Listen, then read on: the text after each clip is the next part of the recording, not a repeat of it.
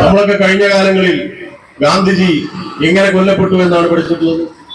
ഗാന്ധിജിയെ ഗോഡ്സെ എന്ന് പറയുന്ന മതഭ്രാന്തൻ, RSSകാരനായിട്ടുള്ള മതഭ്രാന്തൻ വെടിവെച്ചു കൊന്നു എന്നാണ് പഠിച്ചിരുന്നെങ്കിൽ ഇനി പഠിക്കാൻ പോകുന്നത് ഗാന്ധിജി മരണപ്പെട്ടു എന്നുള്ള ഏറ്റവും ലളിതമായിരുന്നു. ലോകത്തെ ആദ്യത്തെ പ്ലാസ്റ്റിക് സർജറി എന്ന് പറയുന്നത് ഗണപതിയുടെ മൂക്കാണ് എന്നാണ് പഠിക്കാൻ പോകുന്നത്. വിമാനം കണ്ടുപിടിച്ചത് റൈറ്റ് സഹോദരന്മാരാണെന്നുണ്ടെങ്കിൽ അത് രാവണൻ കണ്ടുപിടിച്ചു എന്നുള്ള രീതിയിലേക്കാണ്. ഇങ്ങനെ ശാസ്ത്രവും ചരിത്രവും ആകെ തിരുത്തപ്പെടാൻ പോകുന്ന രീതിയിലേക്ക് കേരളത്തിന്റെ വിദ്യാഭ്യാസ മേഖലയെ തകർക്കുന്നതിന് വേണ്ടിക്കൊണ്ടാണ് ഇത്തരത്തിലുള്ള ഒരു പദ്ധതിയിലേക്ക് ഒപ്പുവെച്ചിരിക്കുന്നത്. ഈ പദ്ധതിയിൽ നിന്ന് പിന്മാറണമെന്നാണ് ആൾ ഇന്ത്യ തൃണമൂൽ കോൺഗ്രസ് ആവശ്യപ്പെടുന്നത്. ഏറ്റവും ആളുകൾ ആകർഷിച്ചുള്ള സംസ്ഥാനമായിരുന്നു കേരളം.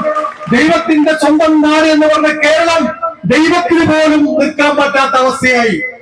ദൈവത്തിന് വെച്ചുള്ള കാട്ടിലും ആഭരണങ്ങളും സ്വത്തുക്കളും അടിച്ചു മാറ്റുന്ന, ദൈവത്തിനെ പോലും അടിച്ചു മാറ്റുന്ന കേരളമായി മാറി. പണ്ട് നമ്മൾ പറഞ്ഞത് ദൈവത്തിന്റെ നാട്, ദൈവത്തിന്റെ നാട്, ദൈവത്തിന്റെ നാട് പോയി കൊള്ളക്കാരുടെ നാടായി മാറി. പകരത്താക്കളെ കൊള്ളടിക്കുന്ന രീതിയിലേക്ക് പോയി. അങ്ങനെ ചോദ്യം ചെയ്യാൻ പറ്റാത്ത ആ ഒരു സ്ഥിതിയിലേക്ക് കേരളം മാറിക്കഴിഞ്ഞു. എന്തും ചെയ്യാം, എന്തും കൊള്ളടിക്കാം, ഏത് കാര്യം ചെയ്താലും അതിനെ ന്യായീകരിക്കുന്ന ഒരു ന്യായീകരണ തൊഴിലാളികളായി കുറച്ച് CPM-ന്റെ ലോക്കൽ നേതാക്കന്മാരും അടിമകളായി പ്രവർത്തിക്കുന്ന, സത്യത്തിന്റെ നീതിക്ക് വേണ്ടി നിൽക്കാത്ത ഒരു സമൂഹമായി കേരളം മാറിയിരിക്കുകയാണ്.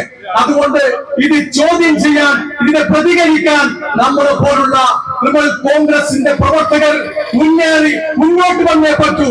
അതുകൊണ്ട് ഞാൻ എന്റെ വാക്ക് വന്നിട്ട് പോകുന്നില്ല. നമ്മളുടെ തുടക്കമാണിത്, സമരത്തിന്റെ തുടക്കമാണ്.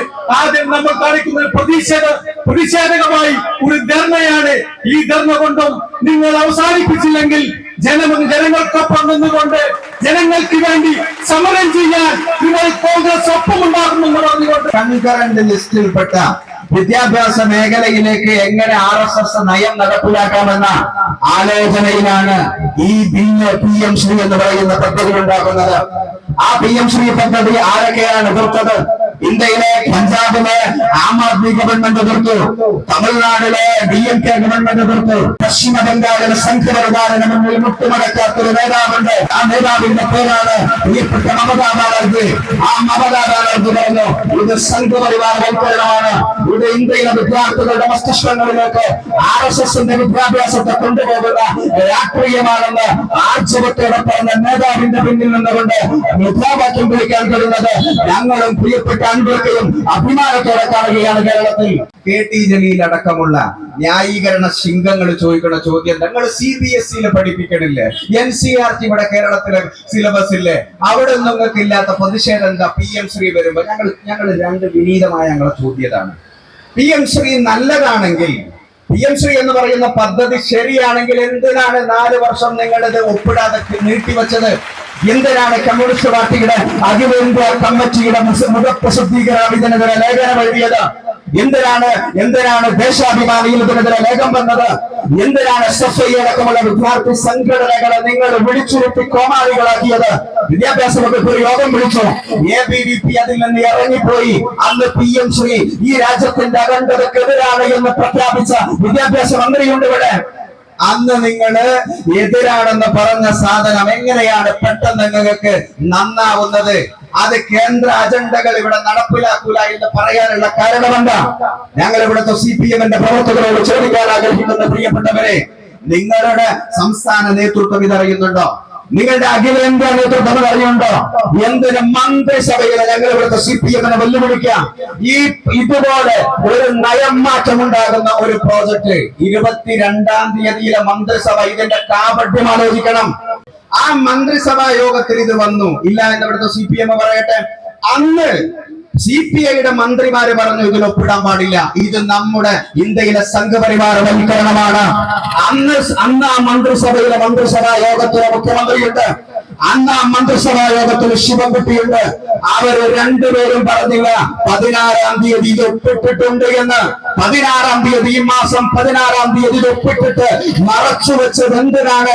ആർക്ക് വേണ്ടിയിട്ടാണ് ഇത് മറച്ചു വെച്ചത് എന്ന് ഞങ്ങൾ ഇവിടുത്തെ CPM-ന്റെ ന്യായീകരണ ശൃംഖലകളോട് ചോദിക്കാനായിട്ട് ആഗ്രഹിക്കുന്നു. ശിവൻകുട്ടി ഇപ്പൊ ചോദിക്കുക, NEP-ക്ക് എന്താ പ്രശ്നം? എന്താ NEP-ക്ക് പ്രശ്നം? RSS-ന്റെ വിദ്യാഭ്യാസത്തിന് എന്താ പ്രശ്നം? RSS ഇന്ത്യയെ വിഭാവനം ചെയ്യുന്നത് എങ്ങനെയാ? ജാതി ഹൈറാർക്കിയുള്ള, ഇവിടെ ദളിതനായി ജീവിക്കണമെന്ന് പറയുന്ന, തോട്ടിപ്പണിക്കാരനായി ജീവിക്കണമെന്ന് പറയുന്ന ജാതി ഹൈറാർക്കിയുള്ള ബ്രാഹ്മണന്മാർ ഈ രാജ്യത്ത് ഭരണം നടത്തുന്ന ഒരു രാഷ്ട്രീയത്തെയാണ് RSS കാണുന്നത്. ഇന്ത്യയുടെ സ്വാതന്ത്ര്യത്തിന്റെ ഭൂമിയിൽ മരിച്ചു വീണ, ഈ സ്വാതന്ത്ര്യത്തിന് വേണ്ടി ഐതിഹാസികമായ സമരങ്ങൾ നടത്തിയ എത്രയോ മനുഷ്യരുടെ പേര് ഈ ചരിത്രത്തിൽ ഇനി വായിക്കാൻ RSS-ഉം സംഘപരിവാറും നേതൃത്വം നൽകുന്ന വിദ്യാഭ്യാസ പാഠ്യപദ്ധതിയിൽ ഉണ്ടാവില്ല.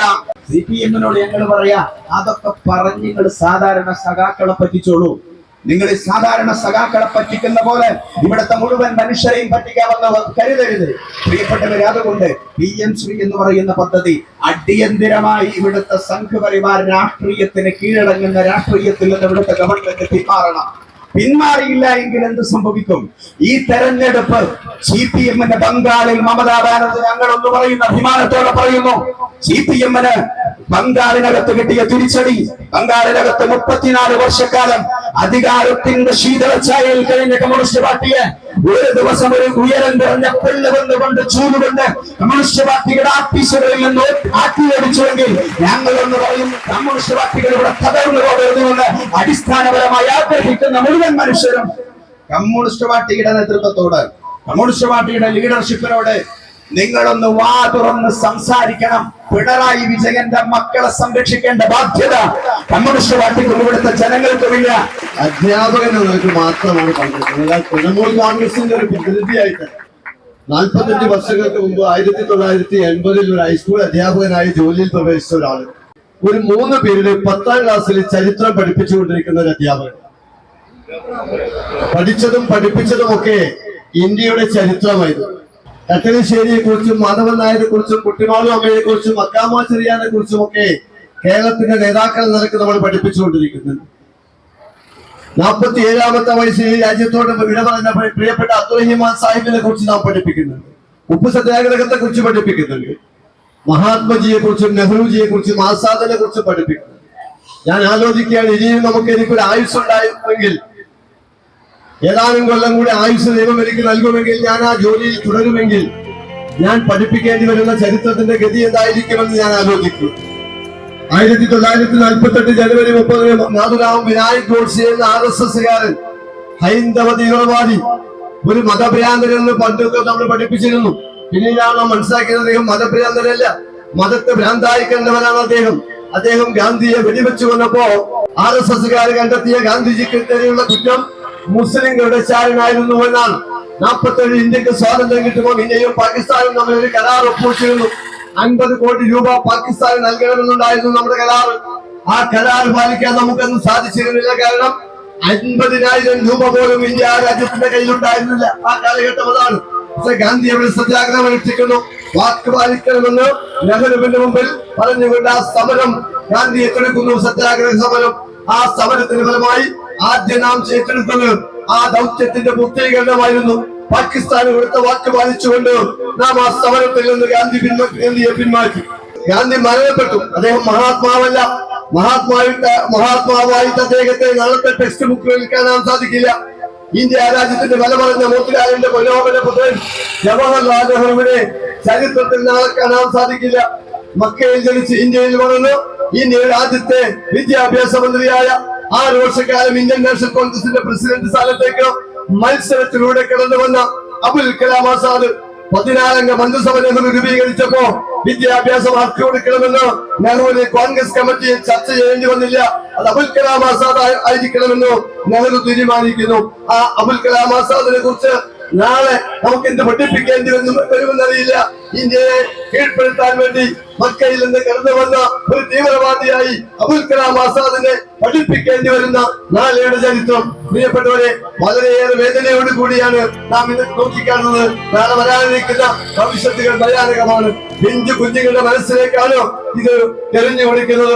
പിഞ്ചു കുട്ടികൾക്ക് അധ്യാപകൻ എന്ത് പഠിപ്പിക്കുന്നുവോ അത് തന്നെയാണ് മാതാപിതാക്കൾ ശരി പഠിപ്പിച്ചാലും അധ്യാപകൻ തെറ്റാണ് പഠിപ്പിക്കുന്നതെങ്കിൽ അധ്യാപകന്റെ തെറ്റാണ് കുട്ടിക്ക് ശരി എന്നതാണ് യാഥാർത്ഥ്യം.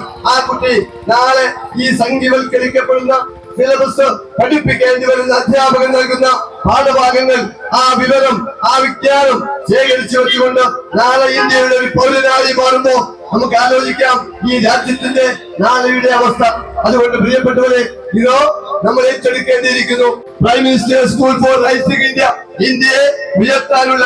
ഇത് കേൾക്കുമ്പോ തൃണമൂൽ കോൺഗ്രസ് NEP-ക്കെതിരാണ് എന്ന് തോന്നും. NEP-ക്കെതിരല്ല. 48-ല് രാധാകൃഷ്ണ കമ്മീഷൻ ആരും എതിർത്തില്ല. 54-ൽ മുതലിയാർ കമ്മീഷൻ ആരും എതിർത്തില്ല. 64-ൽ ബോട്ടാരി കമ്മീഷൻ ആരും എതിർത്തില്ല. 1986-ൽ ബഹുമാന്യനായ ഇന്ത്യ കണ്ട പ്രഗത്ഭനായ പ്രധാനമന്ത്രി രാജീവ് ഗാന്ധിയാണ് NEP ആദ്യം കൊണ്ടുവന്നത്. അദ്ദേഹം കൊണ്ടുവന്ന നാഷണൽ എഡ്യൂക്കേഷൻ പോളിസി അത് 1986-ലാണ്. നാം ഇന്നലെ വരെ അത് അംഗീകരിച്ചിട്ടുണ്ട്. NEP എന്ന നാഷണൽ എഡ്യൂക്കേഷൻ പോളിസി അല്ല ഇപ്പോ കൊണ്ടുവന്ന NEP. അത് കാവ്യവൽക്കരണം മാത്രം ഉദ്ദേശിച്ചുകൊണ്ടുള്ള NEP. അതുകൊണ്ടാണ് മമതാജി ഉൾപ്പെടെ അൻവർക്ക് ഉൾപ്പെടെ നാം അതിനെ എതിർത്തുകൊണ്ട് മുന്നോട്ട് വരുന്നത്. ഇതിന്റെ ഭാഗമായി മലോ സദസ് നമ്മൾക്ക് ഭാഗ്യവാന്മാരാ. ഇതിനെതിരെ ഒരു ചെറുവരെ അനക്കാൻ നമുക്ക് സാധിച്ചു വെക്കും. SFI, DYFI അവരാരും ഇനി സമര രംഗത്തുണ്ടാവില്ല. ഞാൻ തേങ്ങാറ്റൂരിന്റെ ഒരു പ്രസംഗം എവിടെയൊന്ന് കേട്ടു. അദ്ദേഹം പറയുന്നു, ഞാൻ DYFIയുടെ സമരം എവിടെയെങ്കിലും ഉണ്ടോ എന്ന് അന്വേഷിക്കുകയാണ് വർഷങ്ങളായിട്ട്.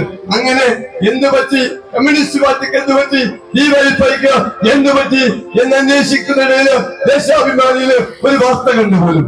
DYFI പ്രതിഷേധിച്ചു, ധർണ്ണ നടത്തി.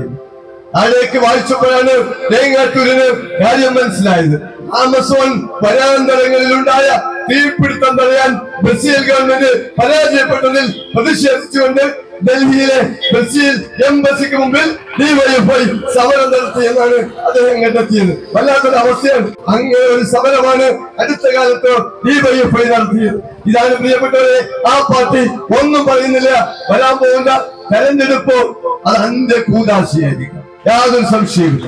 അത് ആ പ്രസ്ഥാനത്തിന്റെ അന്ത്യകൂദാശ ഒരുക്കുന്ന സമരമായിരിക്കുമെന്ന് തെരഞ്ഞെടുപ്പായിരിക്കുമെന്ന കാര്യത്തിൽ ആർക്കും ഒരു സംശയമില്ല.